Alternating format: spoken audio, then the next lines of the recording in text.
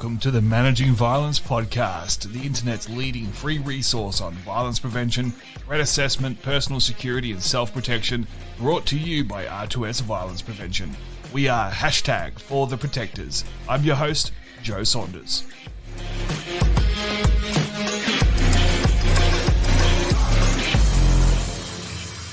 Welcome to another episode of the Managing Violence podcast. We're here with episode number 97. I'm going to be joined by Head of Training for Gavin DeBecker and Associates, Mr. Bill DuChene. It's an excellent episode with someone you may not have previously heard a lot from, but trust me, it is definitely worth it. It's an excellent interview with a very experienced protector and trainer of protectors. I don't have a lot of time to plug anything. Work is going off like a frog in a sock, we'd say here in Australia, which means we are flat out busy providing violence prevention training for aviation, public transport, government, education, retail, the works. Sadly, there is a big need for our work at the moment, so I am flat out busy. I don't have a whole lot of time to record this intro, so we are going to go straight to the content. Make sure if you're in the UK, you check out violencepod.com/UK tour to have a look at my dates and availability. If you would like me to take a class for you, to run a seminar for you in the UK, I'll be there March, April 2022. Make sure you check that out. Make sure you check out our social media. Go to our patreon.com/managing violence. And here we go with Mr. Bill DuChene. I'm joined here on the Managing Violence podcast by Bill DuChene. Bill, thanks for joining us. Thank you for inviting me. I appreciate it. An absolute pleasure, my friend. And I've been passively watching your work for a number of years now. We've been connected on LinkedIn for a little while, and I'm pretty sure every listener of the show is familiar with Gavin DeBecker and Associates, or at least familiar with Gavin DeBecker from his excellent book, The Gift of Fear, and obviously the niche books that came out after that. But Gavin DeBecker and Associates, one of, if not the world's leading executive protection firm or close personal protection firm. And Bill is head of training for GDBA. So, Bill, let's just, by way of introduction, if you just want to explain what your role is and perhaps your journey through GDBA, how you got there and what you've done since then. Sure. Well, actually, I started out, I've had two jobs in my adult life. That is as a United States Marine. So I joined the Marine Corps at age 18. Did 9 years, 3 deployments. I was coming up on a 4th deployment. My wife and I now have 5 kids.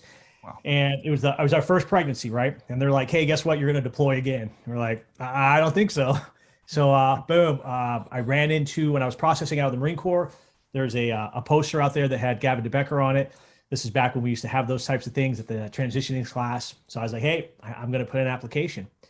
And 21 years later, here I sit. So, I got hired on in 2000, right out of the Marine Corps. I started off as an entry-level protector. So that is, I worked a lot of night shifts, worked up to day shifts, worked up to, back then, a detail leader, then a regional director, and then a director. And that kind of puts it into a 45-second spiel of where I've been. But I've had the opportunity throughout my 21 years to fill several different roles. That is from a protector on the ground to a protector overseeing other protectors, to a protector overseeing many clients, and then to now where I'm at of the director of tactics and training, where I get to oversee and implement all of our internal training. So that's new hires that come in. I'm responsible for that, running the academies along with my instructors, who are phenomenal. And then I'm also responsible for client training. So a client says, "Hey, we want to have first aid, CPR, firearms, taser, situational awareness, behavioral awareness training," then I am responsible for that as well. Wow. So that's really interesting. I knew you did internal training, but I wasn't aware that you did client and external training as well. It's that actually just arms a whole bunch of extra questions for me to get into.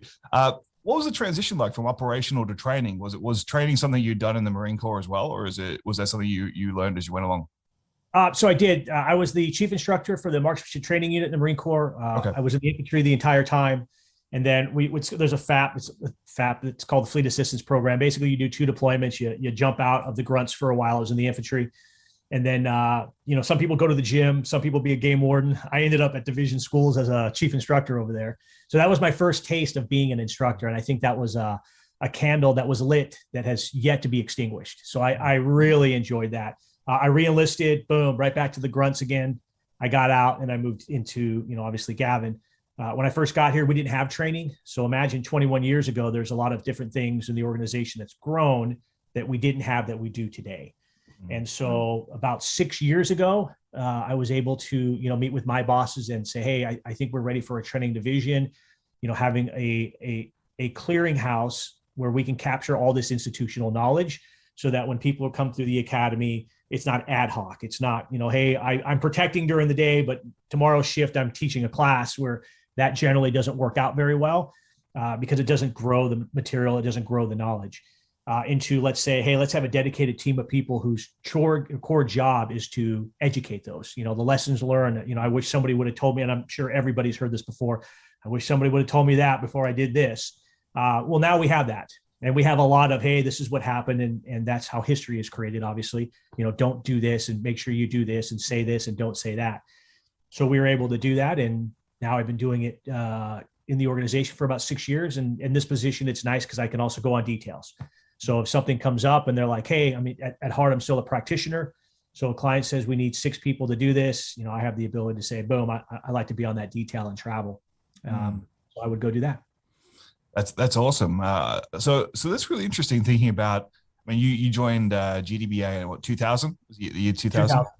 So you were right there for a massive shift in the protection industry. So what was that like? I mean, you're brand new into, I mean, not obviously you got prior skills and knowledge and expertise from the Marine Corps, but you're brand new into a private security function, and then 9/11 hits, and all of a sudden, the whole game changes in terms of security. What was that transition like for you? So it was, I would say it's more a transition for clients, right? So coming right out of the military, you saw evil firsthand, right? I traveled, I got to see a lot, and got to see a lot of evil that was out there. But a lot of people behind the scenes never see that, right? And so when it comes to home, all of a sudden it's brought, oh my gosh, this actually exists. And yeah, a lot of things changes. A lot of people said, you know what, if it can happen there, it can happen to me. So they have that epiphany moment. And then things change. So I was in California. I walked into the detail I was working at when the second plane hit the tower, and life changed after that. So, here in California, there wasn't a plane in the air. Obviously, everything in the U.S. shut down. And I remember, it was an apartment back then with just one kid, me, my son, Tyler, and my wife. And you could hear the Air Force jets fly over. And as you hear them over, you can just hear also internally, like, society is about to change. And the question really for there was going to be, how long? How long does it take for this before we go right back to normal and we stop doing these things? But institutionally, we just added that into there. Here in California, we now have weapons of mass destruction that you have to watch. That was implemented. That will be going away soon because people don't feel that it's needed for it. But yeah, I think people realize the threat could happen to them, and then how do they protect themselves? And although it was horrible having 2 planes fly into 2 buildings, and a third one obviously into the Pentagon, and 4th one hitting the ground, I think people realize, well, what if I was there, or what if? And then they said, hey, I think we need to start looking at our own personal security and how we can do this and what's out there for us. Yeah, it certainly was a game changer for the private industry, and as you said, I mean, the practitioners were well aware of the risk beforehand. It was just a matter of people actually are aware of this now, and to some degree, I found. I mean, I entered the field in 2004, but that said, here in Australia, I mean, the risk wasn't mature at that point, or at least the understanding of the risk wasn't mature. And sometimes it was about reining clients back in, going, okay, I know you're watching the media, but you probably don't need what you think you need. Right? You're more at risk of dying from a heart attack than you are from what you think you're protecting against. But yeah, that's a separate topic. Be interested, backtracking, you said GDBA didn't have a training program in-house. So I'm assuming most of the protectors were coming from prior law enforcement, prior military, or from another training academy. Would that be fair to say? So it was. I'll kind of walk that one back. We didn't have a formalized training. So what we had was you came in. We had an academy, and the academy back then, my academy was 5 days. Now the academy is 12 days, immersed in-house. You live there for 12 days. And so back then you came in and you still did standardized training, which Gavin always wanted to make sure we had. Like, everybody should know how to handle a firearm. So you had to go through that one. Everybody needed to know how to save a life. So you had your first aid, your CPR, your AED training. All of those were done.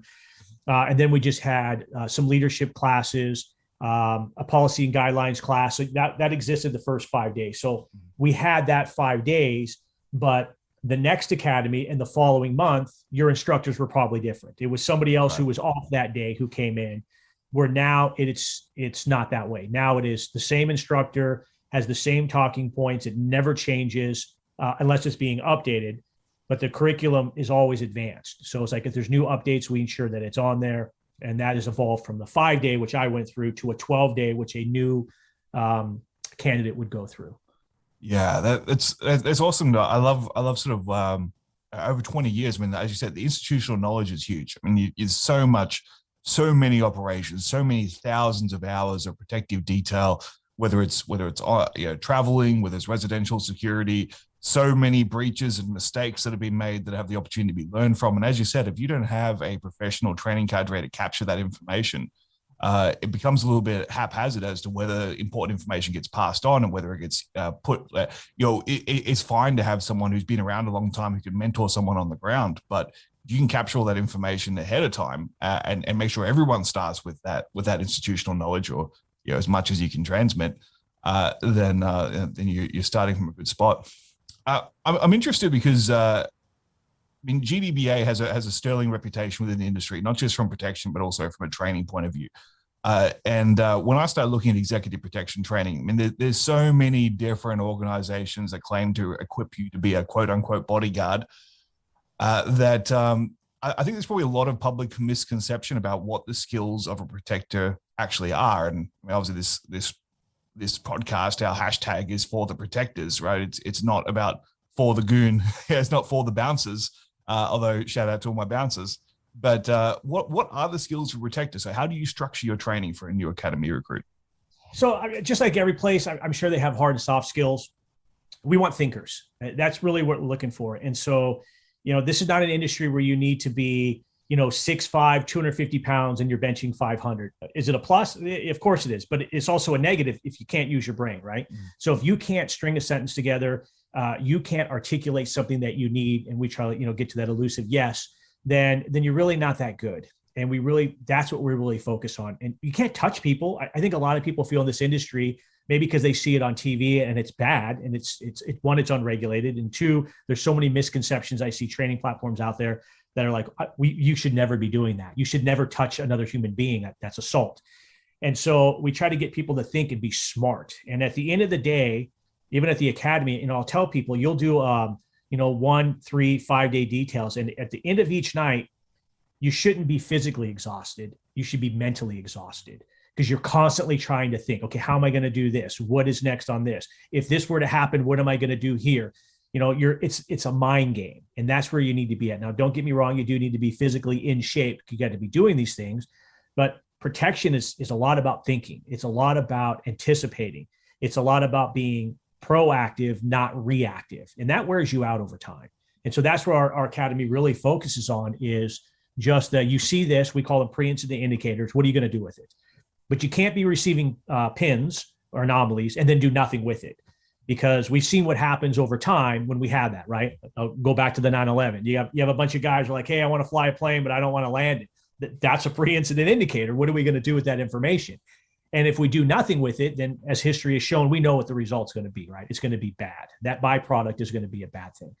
And so here we're just trying to educate of what right looks like, so that you know what wrong looks like as soon as it rears its ugly head. So it's establishing those baselines. So we start that on day one, and we start to give the students pins so they can kind of catch on later on when we do this big debrief at the end, and they realize, I heard you say that, but I didn't do anything with that information. Just to pause you there, Bill, just for anyone who missed it, pins is pre-incident indicators? Correct, a pre-incident indicator. Yep. Or anomaly. Yep. And so we give a lot of them out there, and we see them all the time. It's the verbals. One of these days I'm going to burn this building down, and then nobody does anything with it. Like I get it. There's a difference between you and I joking about something, but the next thing a third person comes in is like, I really hate this place. I'd shoot this place up one day. Well, hey, what's going on with that one? We see these pins in social media, right? So from a training perspective, we let people know, especially like during active shooters, where does every 3-letter organization go to after an active shooter? Social media, because there's some sort of manifesto on there. There's pictures on there. There's comments on there. And these are all pins. So we are detectives of those things. We need to find them. We need to search them out. And then we need to go ahead and analyze them and realize, is this a threat? Do we have a cluster? Do we have enough of these to say, this is going in a bad direction? Or is it just one? And then maybe that's something we'll handle differently, but we have to be proactive with all this. And that's really what the Academy focuses on top of everything else, the situational awareness, the behavioral awareness, the medical, the active shooter, communications, all the things that we want people to be smart and educated on. But it's only 12 days. That is your sipping through a fire hydrant. And, I do believe in that old motto that, the butt can only, or the brain can only absorb as much as the butt can endure. So you can't really put a guy or gal in a seat for 12 hours a day, because come the 10th hour, they're losing it. So we do, the way that we break it up is we simply do, obviously, classroom-based skills, so practical application, and then scenario-based training. So we try to hit the trifecta in all of that, so we can kind of see how do we do it. And then when we get into the scenario-based training, it's under stress. And anybody who's read either Just 2 Seconds, which is another book, I'll bring that one up. That's really our Bible of what we use in protection. That's when we bring in the attack dogs. That's when we bring in the simunition or UTM ammunition, and the force on force. And then we actually stress people through that so we can see what they do. You and I can sit here and talk all day, and I can tell you, in this environment, this is what I'm going to do. I'm going to jump out and I'm just going to grab that guy and go to the ground, until you put someone in that environment. And then you realize, old Bill there, he didn't do that. Bill didn't say all the thing he was talking about. Bill ended up, hiding or acting very poorly in that situation. So here we get to, put them in those scenarios now to kind of get an idea of how do we, can we mold them into something better? And by the way, we're not looking for perfect, because there's no such thing as perfect, right? I just need you to do something. We can, let's just say, cover an evac. Is there a perfect way of covering evac? Or do we just want to get the protectee off the X without injuring them? Okay, I'll take that one. I just don't believe that perfect exists. And if we can get to it, great. We can say we hit the mark. But if we got them off the X, then that is great. That's something that we want to strive for. But the Academy's definitely come a long way, and we try to educate. We're not looking so much for size, but can you learn? Are you able to accomplish something at the end of the day, which is the preservation of life, our protectees' lives, or even their families' lives? Yeah, absolutely. It's I love what you said there about I would have done this. It's a common joke that I have, but it's the easiest way for me to tell if someone's actually been there, done that, is how confident they are in what they would have done. Right. Yeah. Because once you've actually been in those stressful situations, you tend to have less opinions about what you might have done. Right. Especially if there's limited context in the situation. You're like, I definitely would have done this. No, you haven't done it before then. Right. There's a lot of variables. And there'll be times no matter how well you're trained, you don't live up to your own expectations. So and that's why it's important to have a team that will at least someone's living up to their expectations on that day, right? So you have a chance to feel bad about it later. But operating under stress, I mean, I know you guys do a lot of different stuff, and I'll share some videos in the lead up to this that GDBA have released. I'm blown away and incredibly jealous of the training facilities that you guys have that you use. You just want to walk us through, like, what are the facilities at your disposal as an instructor, just to make everyone else jealous? Well, I mean, I've always believed in this. Like, if you give me an acre of land, I'll make it the greatest training facility we can, right? I'll make whatever I can happen. And I have a team of instructors that are just phenomenal, and they're outside the box. But we do have one facility out here that we do use out in California, or in Glendale, California. We've just recently purchased our own. And so now we'll have our own dedicated training facility for just us in Texas. So that is new there, and that is currently, in the process of building that right now. We have a Gold Coast Canine is another organization that we have been with. We use their dogs. Rodney Spicer, he does dogs for the military. He does dogs for police. He does dogs for home protectors, so for our clients. So he has a great facility that we use as well, which is really, really nice. That allows us to kind of get in there. He has his own shoot house, and just imagine a lot of dogs there. But we've just been really lucky with some of the places. Some would call it lucky, someone would call it just fortunate, but we have a lot of contacts over the years that will allow us to say, hey, we want to do this training over here. Can we? And they'll say, sure, we can make that work for you. Like, we don't have our own driving course, but we do have organizations that we work with for driving that say, oh yeah, you can use ours. And we use their instructors, obviously VDI, AS3 is one of them as well. And so we've been fortunate in that sense as well of having a relationship with so many different people that we can share either facilities, knowledge, and people, which is really benefits not only the protectors, right? Because they feel more confident in what they're doing and they're trained better, but mostly it benefits the protectee themselves because they're getting a product at the end of the day that is fully trained, fully vetted, and is fully prepared for that, what I like to call 2 a.m. incident when, a leg comes over the gate and somebody tries to make entry into the house. Yeah, there's so many skills that are, I guess they're not required in a lot of other professions, and I think I think I was reading the book. It was Christian Welch's book, talking about celebrity protection and corporate close personal protection. And you can come from a law enforcement background or a military background, but the skills of a protector are different. Right? They're nuanced, they're broader. In some areas, they're way more intricate than what you may have done previously, unless you've actually worked within a protection role within those organizations, of course. But yeah, they're very different. I mean, the idea that you're just going to come in and you're a great marksman, therefore you'll be a great bodyguard or a great protector is, I mean, if that's your only skill, you're probably not going to last very long in the industry because the second you use that skill, you're probably looking for a new employer. Right? Yeah, we talk people out. So on day one, we let them know that you're no longer in the military, right? So although there are some skill sets in there that we want you to have, right? But there's also some we don't want you to have. So like when we get to the range training, we talk about the range. Hey, when you're overseas and you throw a round down range, not a big deal, and that's just the way it is. You do that in LA. Let me tell you, that's a big deal. Like I tell people is, I've been doing this for a very long time. And if you shoot and miss, I know exactly where that round's going to land. It's going to land in court and you're going to land right next to it. And so people need to understand that we don't have anymore, the ability to be safe, the ability for us to say, oh no, it's cool. I'm in the military or I'm law enforcement, so I'm protected. That doesn't exist anymore. And to be fair, law enforcement is losing that already here in the US. That's starting to change for them as well. But we need to get them out of that mindset that you need to understand that you're responsible for everything you do. Okay. So that is, you're responsible for every round that exits that barrel. You're responsible for every finger that may touch somebody in the line of work, your use of force. So everything that you do not only is probably being recorded. Here in California, you can't walk out on a public street without being recorded, but you own that. And we need to make sure that you don't come back with the mentality of, oh, hey, I'm the 6'5" guy, and this is the way I handle everyone. Can you do it? Of course you can. Once. And then after that, you don't have a job anymore. And so you really need to kind of understand that for those of us who this is our livelihood, this is for our families, this is what pays my mortgage. You got to be very careful with what you do out there. And that's really where training comes in. Training ensures that I don't do something stupid where I lose my job or my livelihood, and then I have to find something else for work. I've been doing this now for 21 years. I really don't want to have to find a whole new line of work. It might be a little bit difficult for somebody my age.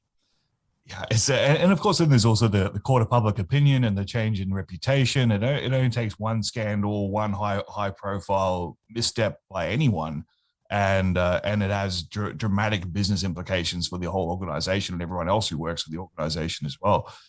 So that's incredibly important. And then you look at the whole spectrum of skills that are required. I mean, sure. I mean, the hard skills are fun to practice, and you can sweat and you can bleed and you can do the whether it's jiu-jitsu or firearms or whatever. And then you've got your medical skills, life-saving skills, but there's also just relationship management as well, right? I mean, yeah, I did an interview with the British Bodyguard Association a few months ago, and I made the point that I think a lot more protectors have been fired because they didn't get along with the protectee's spouse than have been fired because the protectee was killed, right? So if you can't manage relationships, I mean, that's going to be a drawback on your career or at least your placement. Yeah, on day one, we tell people you need to put a smile on. So if that means if you have to go to the gym and work on face and neck, then you need to go to the gym and work on face and neck. All right. But, I've been doing this for a very long time, and I probably mean mugged somebody maybe 5 times, all of which was overseas. And so no client wants to have their 16-year-old daughter mean mugged at, a rude stare as she's coming through the gate. So a lot of times people that are military or law enforcement, they haven't figured out who they are. And what I mean by that is this. When I got out of the Marine Corps, it was 9 years. I was a sergeant. I didn't know how to be Bill DuChene. I knew how to be a sergeant in the Marine Corps. And then when you get out, you start to have that mentality of, you start treating everybody, like a Marine, and you can't do that. So you need to figure out who you are. Now, the same thing with a police officer. A police officer gets out, he thinks he's a servant of the public. People have to follow him. He had a badge, he or she had a badge for something. That doesn't work anymore. And so you need to figure out who you are, but you should at least be able to do it with a doggone smile on your face and not be mean mugging, because people will like that or dislike that. And clients do not like that at all. When they come home, that is their sanctuary. The last thing they want is their security out there staring them down. That's not what's needed. Absolutely. What do you think is the biggest learning curve for new recruits coming into your academy that I guess it's kind of a generalized question, because you have people that have different levels of experience, different levels of understanding about what they're actually getting into. And I know GDBA does a great job of vetting applicants, but what, from your experience as a trainer, what are some of the things that are the biggest learning curve for them? You're no longer who you were. And I think that's where the biggest one at, right? So let's just say we get somebody who's has a bachelor's degree now in just political science, and they're really interested in security, and they come in here. They're a little bit easier to work with because they're not bringing any baggage with them. Oftentimes, military and law enforcement are a little bit tough because they're still living life through the rearview mirror. They got that mirror up like, hey, boom, right there. I was 2nd Recon Battalion. I'm good at everything.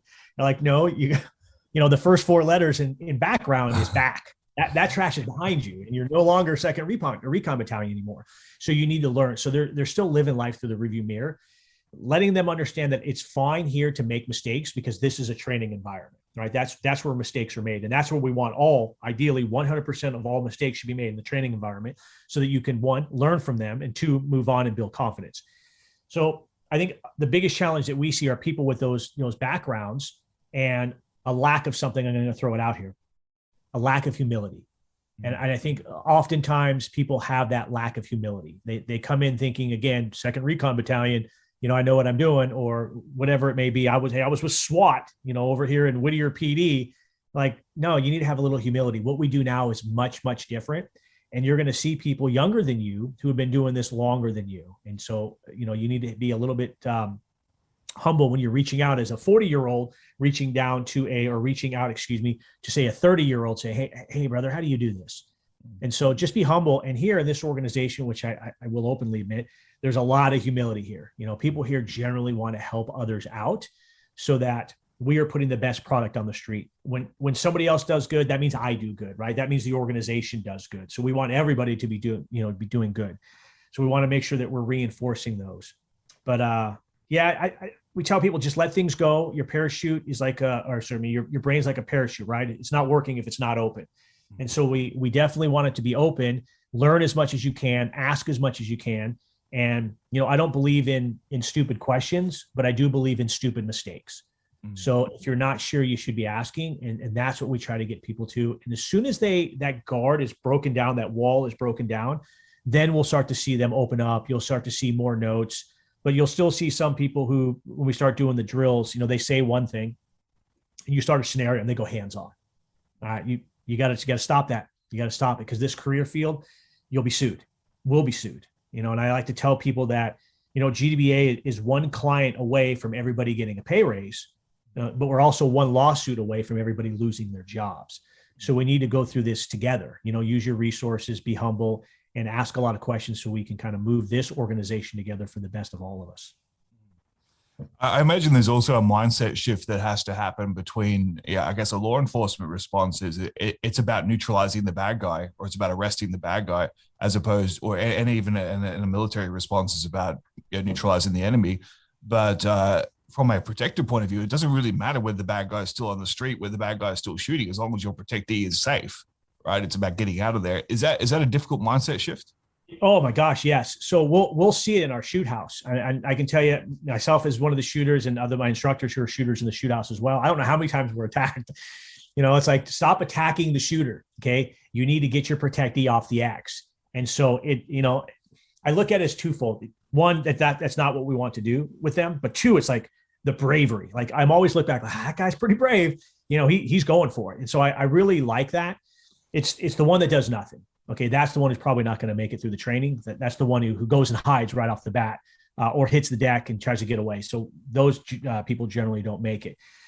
But yeah, it is a mindset. I mean, imagine you're training for years and years and then going out and working, whether it's in the military or law enforcement, and every day you're looking for that threat because you're the guy or gal that has to be making your way. And then you get to protection and you say, okay, stop. That's not what your role is anymore. Your role is now cover and evac. You need to grab your protectee and you need to get off that X and get to safety. That's hard for people to grasp. And like I said, we see it in the shoot house when the shooting starts. So their role is to cover and evac and protectee, and they end up running towards the shooter to try to disarm the shooter. So again, we have to educate them. Hey, look, brave, yes, but the problem is the numbers will always work in your favor if you go to your protectee.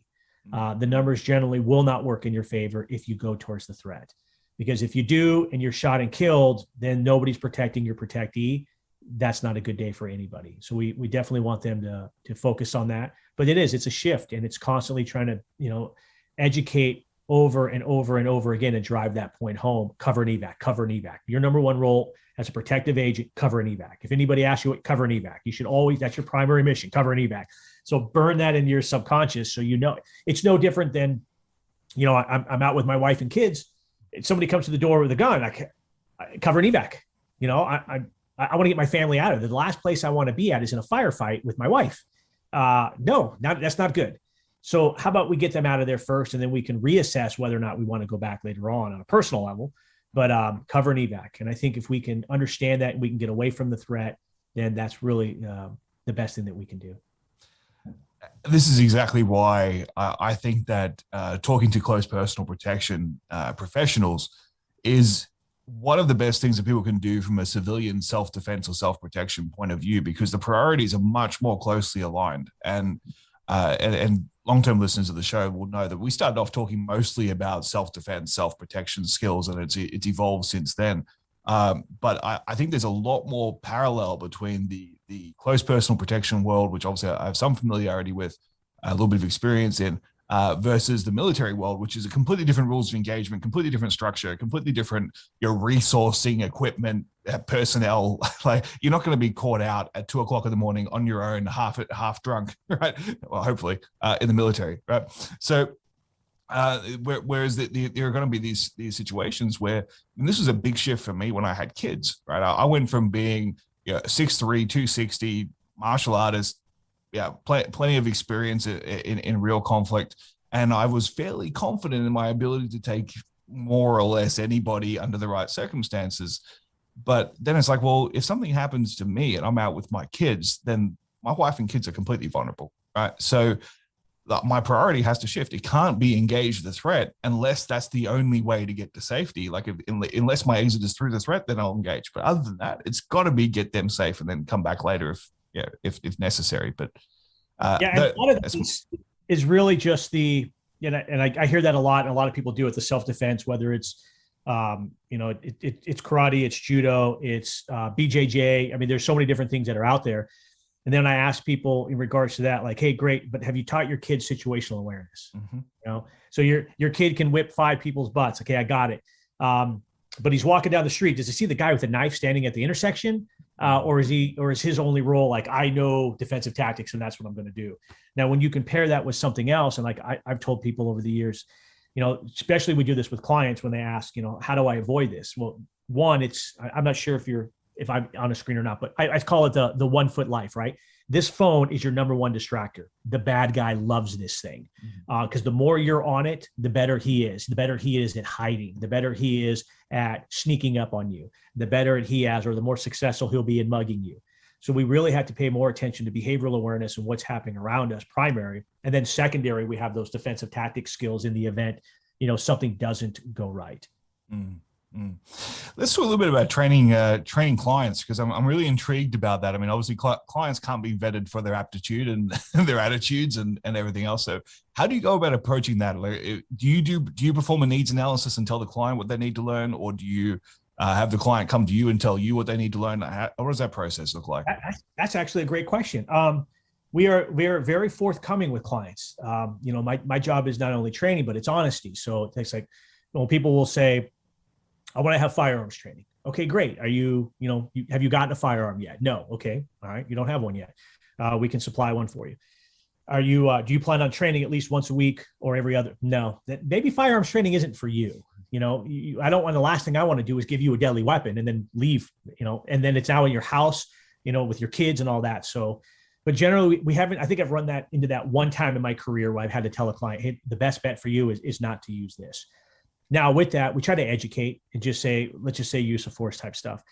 We'll say, obviously behavioral awareness, situational awareness, understand what's happening in your environment and don't get caught up. And I'll hear people oftentimes say, well, what's the best gun? Well, the best gun is the one that's in your hand at the time you need it.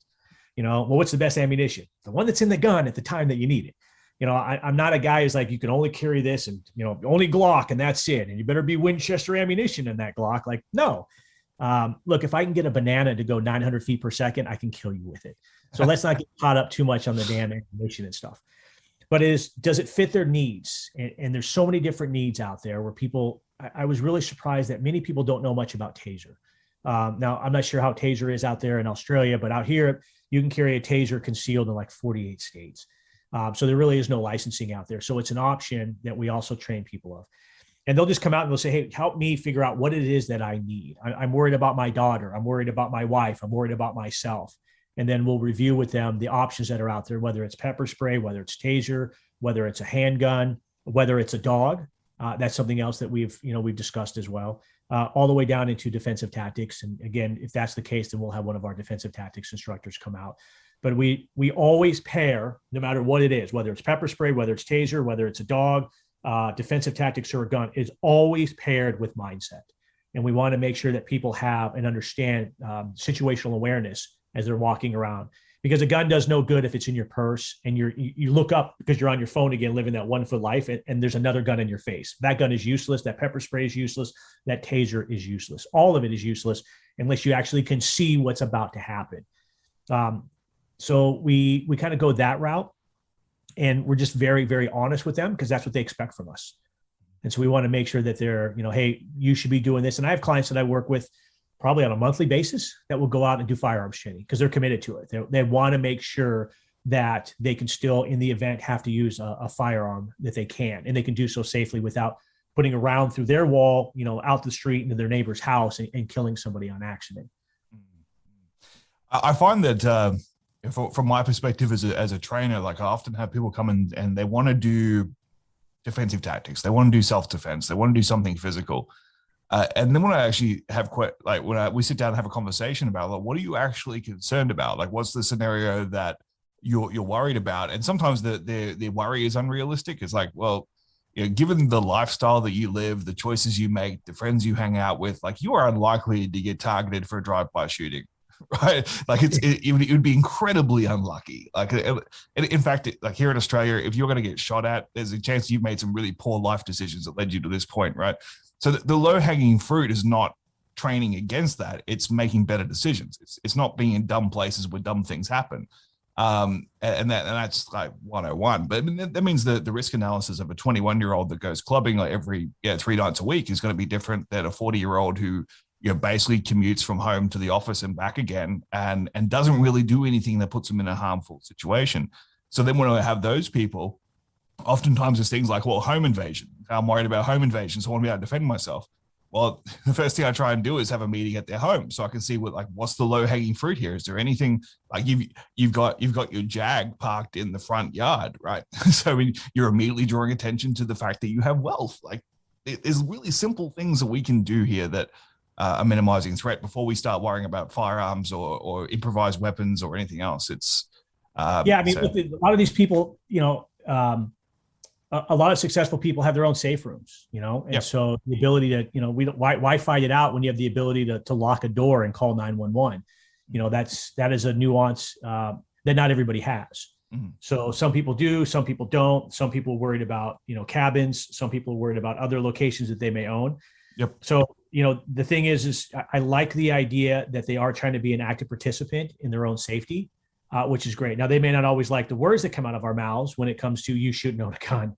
That doesn't work for you. You should look at maybe something else, maybe a Taser, or just maybe being more self-aware. So I think there's so many different nuances just because of everybody's got their own unique situations. Not everyone is a billionaire or a millionaire or a thousandaire, whatever it is that they may want to be. But also some people just don't have certain resources to it.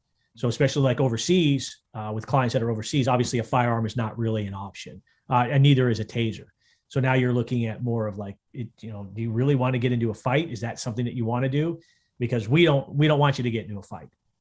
So there's a lot of nuances in trying to decipher between each one can be challenging at times.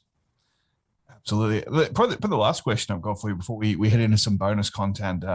I'm really interested in the difference between operating domestically and in I won't say necessarily hostile environments, but at least in environments where you have to be very much more guarded about use of force and much more preventative in nature, because it's just not worth having that conflict with authorities.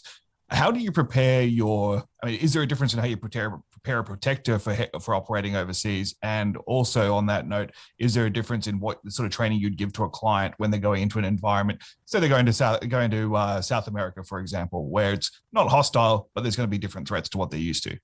Yeah, so there's a little bit. So obviously mindset's going to be the same no matter where we go. The gear and equipment obviously is going to be different. So I'll use an example. A few years ago, I was in Beirut. While we were in Beirut, the protectee wanted to go to a Palestinian refugee camp.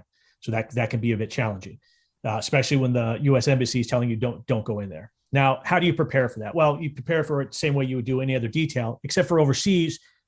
Here in the States, like if you forget anything in the U.S., you just go down the street, you buy it, right? Whatever it is that you need, whether it's medication or whatever, you just go down to CVS or any local store, you'll go pick it up.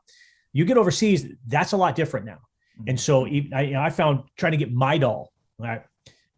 That's very difficult overseas. And a lot of clients kind of like their name brand of stuff, even though the active ingredient is the same, they'll want that. So you got to make sure that whatever you take with you, that's it. Because there is no, in certain places, I can tell you right now in Beirut, you're not running down the street to get something. So gear and equipment also will be slightly different. Some places you can take sat phones. Communication is everything, right? You want to make sure that you're able to communicate with the outside world. And then as far as with clients, yes, we traveled throughout Beirut into some areas that were questionable. We just needed to make sure that our individual who was with us, thank goodness we had a protector whose family actually lived out in Beirut. So they spoke the language, they knew the roads, they could drive. There's a lot that happens there. So we just educate the client. This is, look, any questions that may come out from locals, you just need to nod your head and smile and let the protector answer those questions, because we want to kind of limit those Westerners. So, just small nuances like that, where the client's like, oh, okay, yeah, that makes sense. We'll let, the protector, answer the questions in a way that not only just for the arena there or for the environment, just sits a little bit better than some Westerner here out of California asking questions or trying to answer them. And let's just be honest, neither one of us actually speak Lebanese or the language, so we couldn't answer them anyways. So just not to draw any further attention, there's just a briefing of, hey, all questions, just smile, nod, and the protector can answer those questions.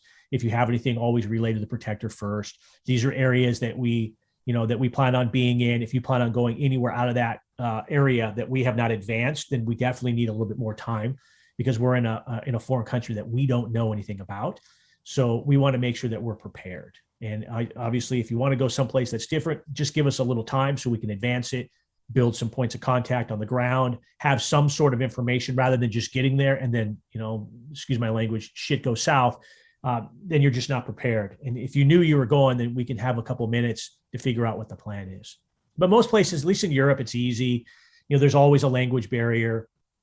But those things are typical. I think like the biggest ones mostly is just gear and equipment. And here in the US, if you forget anything, I don't care if it's a thing of socks, you can go out and just pick a time. There's a store open here that you can go pick it up. And if a client forgets something, toothpaste, toothbrush, you just go get it really quick. That luxury doesn't exist when you hit some of these other nations that are out there, especially Beirut, Uzbekistan, other places that, one, you don't even speak the language, and two, you're trying to get a toothbrush. That's not good. Actually, a non-protection story, but it illustrates that point. I was in Colombia in 2013, I think. 2013, yeah. I was there as an athlete for the World Games, and we had this massive police protection detail on the athlete hotel. It was a really big deal in Colombia. It's like we're on billboards, we had buses traveling everywhere, motorcades moving us around. Like it was a huge deal. And it was my first day in country. We're in Cali, which is not the safest city in Colombia, and that's saying something for Colombia. But I remember coming downstairs in my hotel. It was like at 10 o'clock at night, and I just done my weight cut, and I was really desperate for some Barocca and some bananas. I was like, I just need to replenish, and I didn't have enough gear, didn't have enough stuff with me, and I went downstairs and I went to leave the hotel. And one of the police cadets pulled me aside, and he said, "Oh, where you go? And I said, I knew there was like a convenience store like just around the corner." And he said, "What do you need?" And I told him what I needed. And I went to walk past. He put his hand on my chest. He goes, "No, you stay."